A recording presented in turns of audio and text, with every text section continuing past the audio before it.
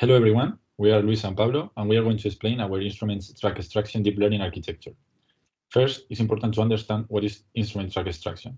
When you have a song, you have very different instruments, and track extraction intends to separate each of them to obtain the separate track, like having only the guitar sound, for example, or the voice or the drums, which could be a very important tool for audio production, for example. So we are going to explain first our data set with its corresponding data preparation. We're going to explain how to recover audio signal, which is important to subjectively assess the results.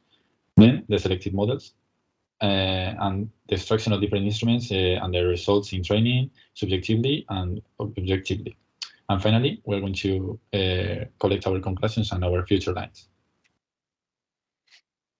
So first, the data set, MuseDB 18. MuseDB 18 is a database that contains full-length tracks of varying genres, and for each track, it provides several tracks. First, the mixture, which is important because it contains the original song with all the instruments together. And then the tracks that we are going to use as a ground truth that we have to predict, that are the drums, the bass, the vocals, and other instruments that appear separately from the original song. All the audio signals are stereo and have a sampling rate of 44.1 kilohertz. The data preparation is very important to obtain very good results in deep learning.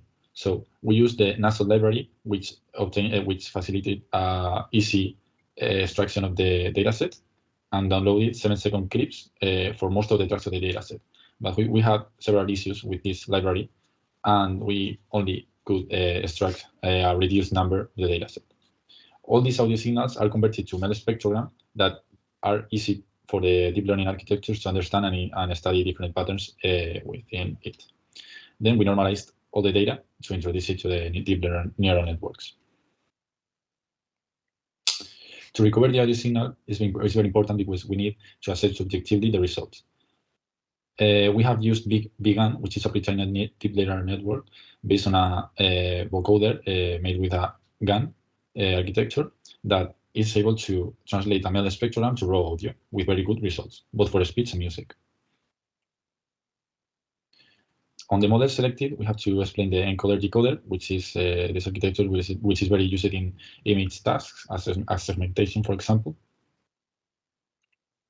And then the UNet, which has been the final one selected because it is very deeper and includes the skip connections that add spatial information to the neural network that allows to uncover like the very different patterns on the data. We wanted to use the UNet because as we wanted to see this problem as a denoising problem, and UNet, we know UNet as a very, very widely used model for denoising.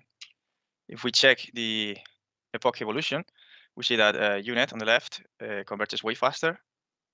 This is voice, by the way. This is for voice extraction. And the encoder-decoder obtains slightly better results, but in later states of the epoch. So I repeat, this is for voice extraction first. On the left, we have the mixture. But I still want you. The right, we have the ground truth for voice. But I still want you. And in the next slide, we will have on the right the ground truth for voice and the predicted voice. We can see we have cleared some frequencies, but there's a lot of extra noise that will be there, or extra signal.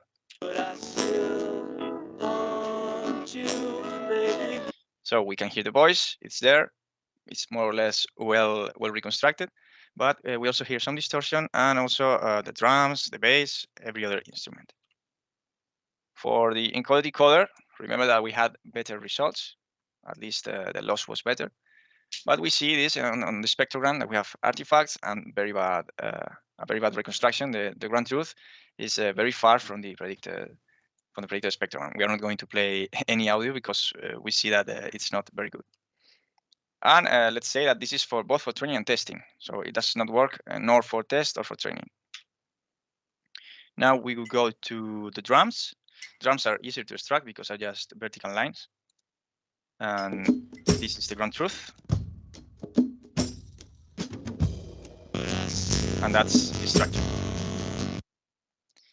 As you can appreciate, the drums are there again, but a lot of noise is added. Now we have less noise than before, but it's still very bad. And we have, you can see in the spectrum, we have a lot of signal that shouldn't be there. Now we're going to the base. What we should expect is to have less signal on the high frequencies. And that's what we have. But we can see already that the filtering is very aggressive. That could be the ground truth, of course. And that's the predicted base. Again, the rhythm is there.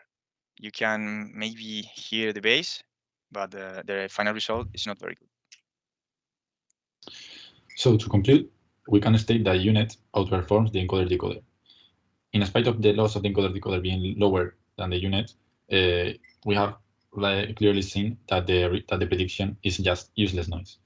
This could be probably thanks to the skip connections and the depth of the UNet architecture.